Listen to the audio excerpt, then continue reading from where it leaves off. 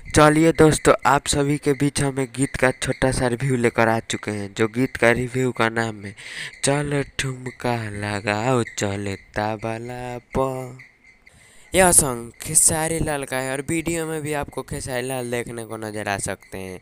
इसीलिए कहते हैं आप मेरे चैनल पर नए हैं तो जल्द से जल्द लाइक और सब्सक्राइब कर लीजिएगा कि अगले न्यू वीडियो आपके पास ज़रूर जाए।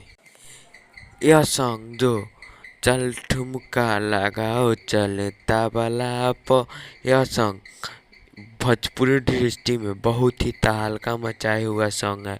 इस सॉन्ग को आप सुनेंगे तो कहेंगे बहुत ही अच्छा सॉन्ग है।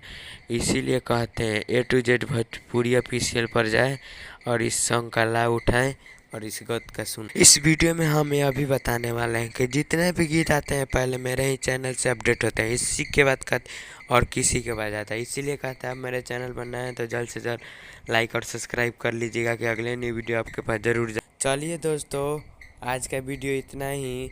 फिर मिलते हैं नेक्स्ट वीडियो में।